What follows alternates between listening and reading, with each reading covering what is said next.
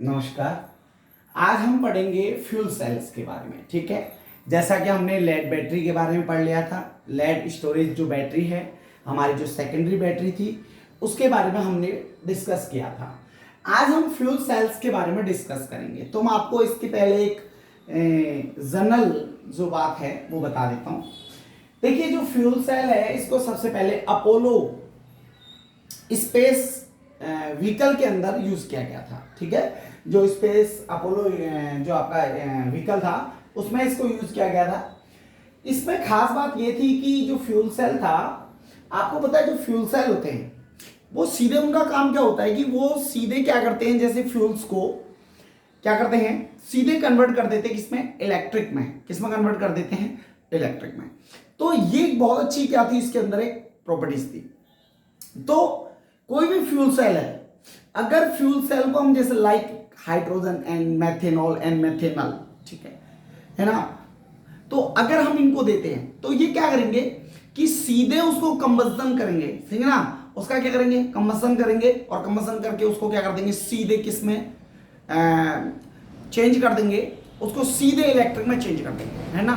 तो डायरेक्टली इसमें क्या होता है कि बीच में कोई भी कंपाउंड नहीं बनता, सीधे क्या होता है, ये इलेक्ट्रिक में क्या हो जाती है, चेंज हो जाती है। जिसका एक सबसे अच्छा फायदा ये है कि जो अपने फ्यूल सेल होते हैं इनमें हाइड्रोजन ऑक्सीजन, है ना, जो लिक्विड स्टेज में रहते हैं, है ना।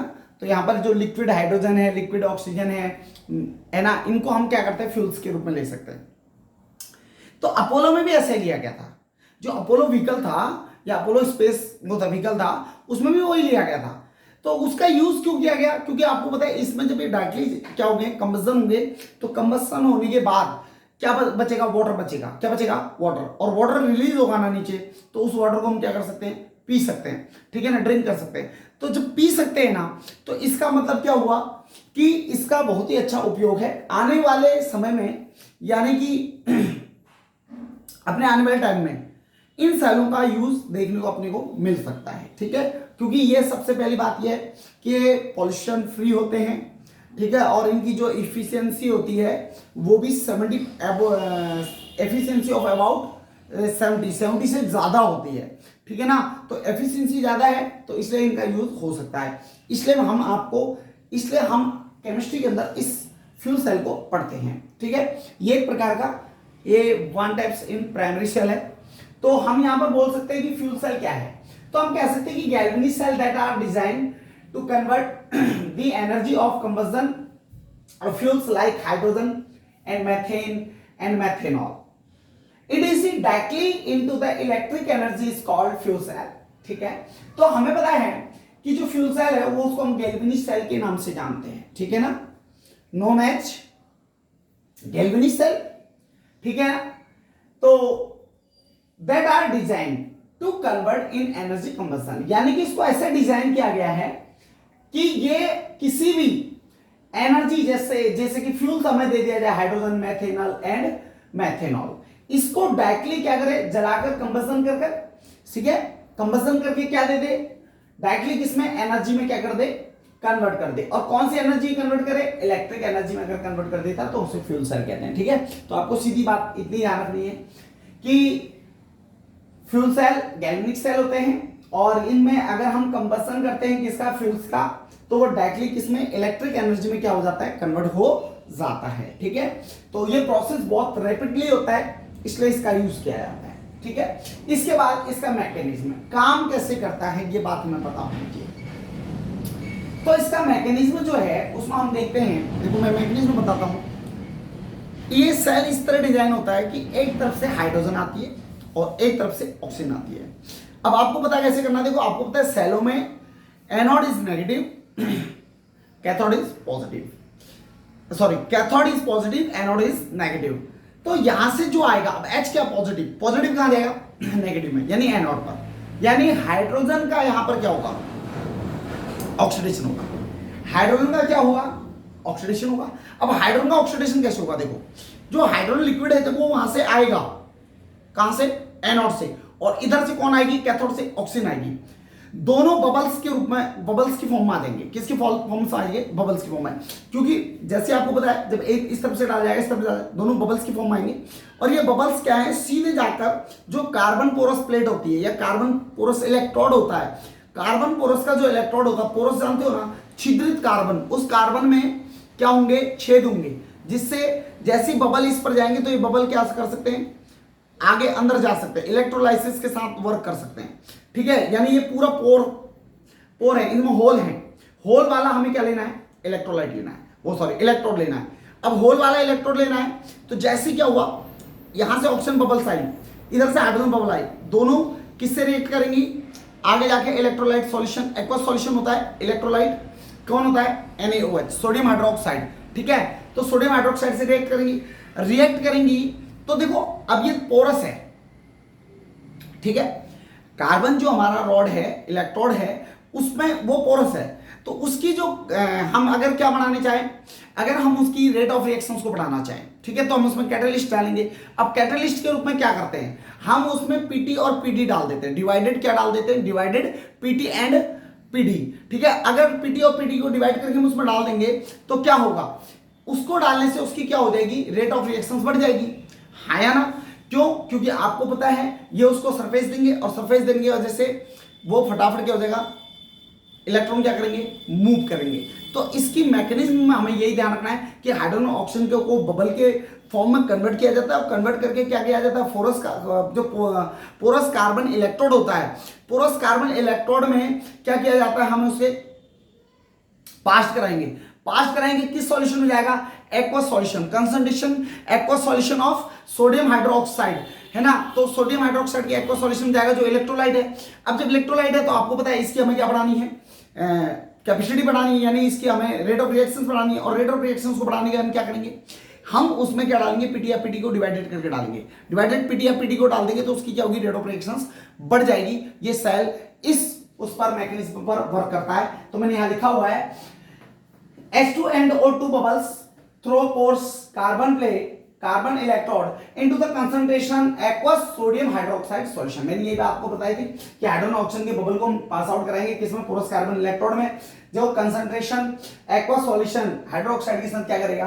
रिएक्ट करेगा। इसके catalyst like finely divided by PT and PD metals are incorporated, ठीक है ना, into the electrode for increasing the rate of electrode reactions. तो पीडी और पीडी मेटल को हम क्यों मिला रहे हैं? Divided PT and PD metal को इसलिए मिला रहे हैं कैटालिस्ट के रूप में। और कैटालिस्ट क्या करता है कि किसी भी चीज को रेट ऑफ रिएक्शंस को चेंज करता है, रेट ऑफ रिएक्शंस को चेंज करता है। तो रेट ऑफ रिएक्शंस को चेंज करेगा तो यहां पर इंक्रीज हो जाएगी, हाँ या ना? तो रेट ऑफ रिएक्शंस क्या हो जाएगी? यहां इंक्रीज होगी। तो इसका मतलब हो गया कि फ्यूल सेल इस मैकेनिज्म पर क्या करता है? वर्क करता है। इतनी बात आपके समझ में आ गई होगी। आगे चलते हैं, अब हम फ्यूल सेल का डायग्राम समझेंगे। क्या समझेंगे? फ्यूल सेल्स का डायग्राम। हाँ जी, अब हम फ्यूल सेल्स का डायग्राम समझेंगे। फ्यूल सेल्स का डायग्राम कैसे बनाएंगे? देखिए, सबसे पहले हम बना रहे हैं डायग्राम ऑफ फ्यूल सेल्स। ठीक है, diagram of fuel sales, diagram of fuel cells. ठीक है, अब देखिए इसका डायग्राम कैसे बनाएंगे। सबसे पहले आपको पता ही है कि हमारा यहां पर इस प्रकार से एक सेल होता है। ठीक है, इधर से आप इसको कट कर दीजिएगा, ये लीजिए। ठीक है, और ये हमारा एक इधर से आ जाएगा और एक हमारा इधर से आ जाएगा। अब देखिए, अब जो हमारा पोरस, हमारे जो इलेक्ट्रोड लगे हुए हैं, पोरस कार्बन इलेक्ट्रोड जो है वो ये रहा, और इस पोरस कार्बन इलेक्ट्रोड पर हमने क्या लगाया है? कैटालिस्ट को डाला है। किसको डाला है?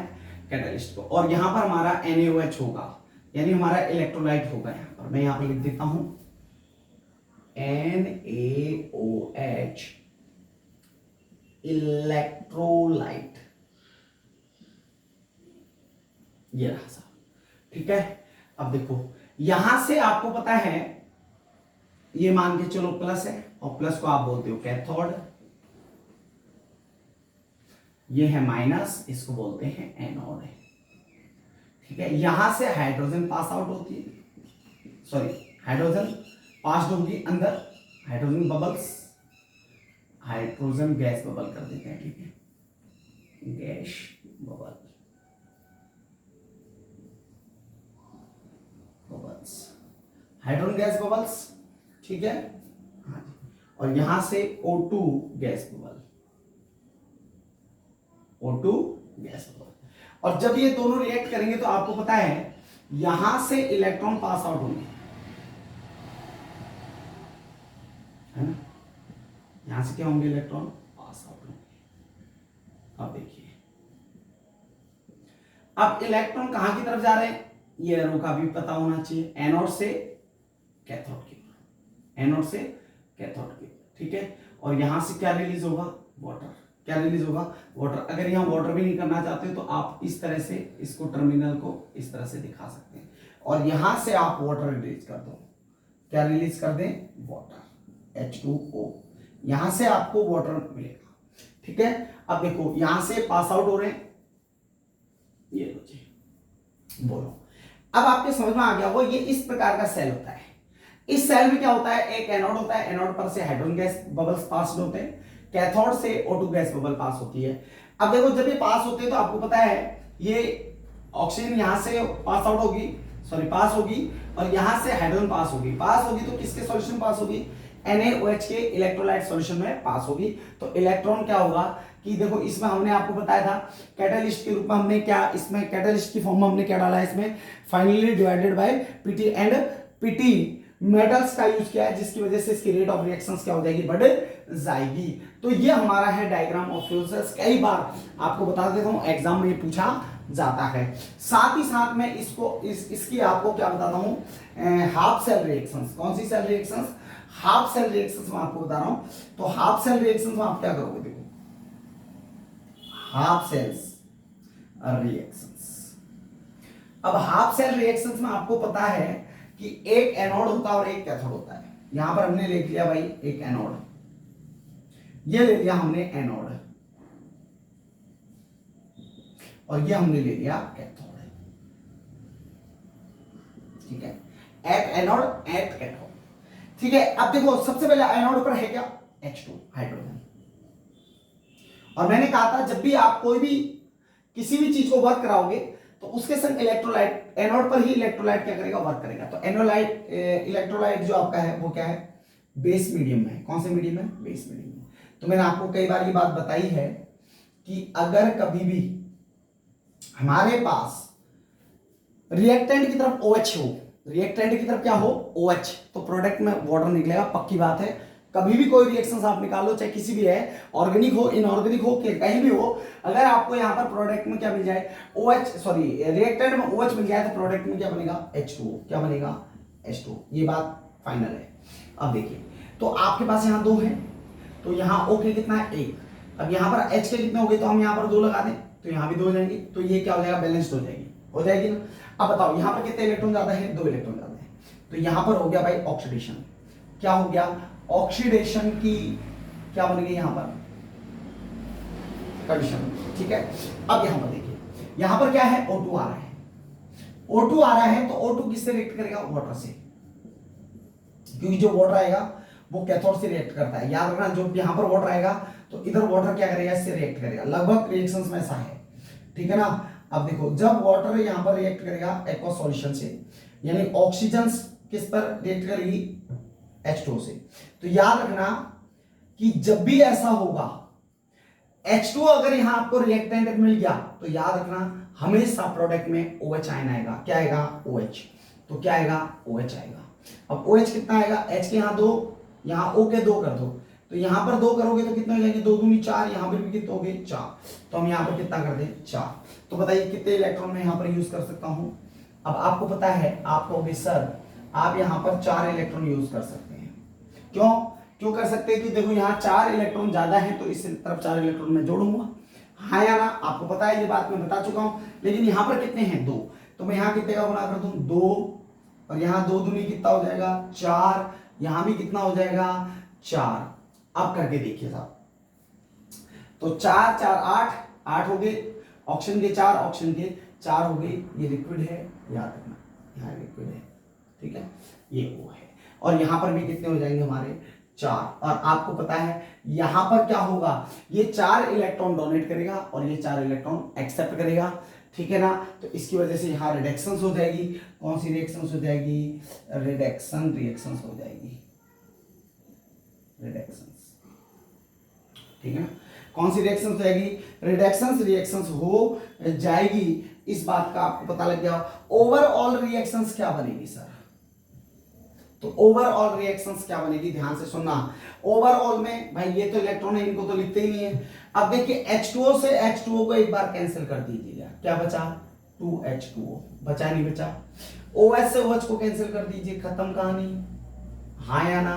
देखिए क्रॉस में जो होता है ना ऐसे करके वो कैंसिल हो जाते हैं, तो बचा क्या, ओवरऑल रिएक्शंस क्या बची, H2G, ठीक है ना, गैस प्लस यहां पर क्या बचा O2, गैस है। रिएक्शंस के बाद क्या बचा 2H2O, क्या है साहब, लिक्विड है। और इसी लिक्विड को क्या करते हैं वैज्ञानिक पीने के काम में लेते हैं, यानी साइंटिस्ट इसको पीने के काम में लेते हैं। ये हमारा टोटल फ्यूल सेल्स के बारे में क्या था, अपनी वीडियो थी। इतनी बात समझ में आ गई होगी। तो टोटल फ्यूल सेल्स के बारे में आपको पता चल गया होगा कि टोटल फ्यूल सेल्स के बारे में हम क्या क्या चीज हमसे पूछी जा सकती है। अब फ्यूल सेल्स के बारे में एक चीज और पूछी जाती है, वो पूछी जाती है इसका यूज, इसका यूज क्या क्या है, ठीक है। हाँ, तो मैं इसका यूज भी आपको बता देता हूं। देखो टोटली मैं आपको सारी बातें इस वीडियो के दौरान बताऊंगा। आपको ऐसी वीडियो शायद आपको कहीं पर मिलेंगी, ठीक है। मैं आपको फुल इन फाइनल बात बताऊंगा उस टॉपिक से संबंधित, आपको टोटली चीजें मिल जाएंगी। आपके एग्जाम संबंधित आपको इधर उधर भटकना नहीं पड़ेगा।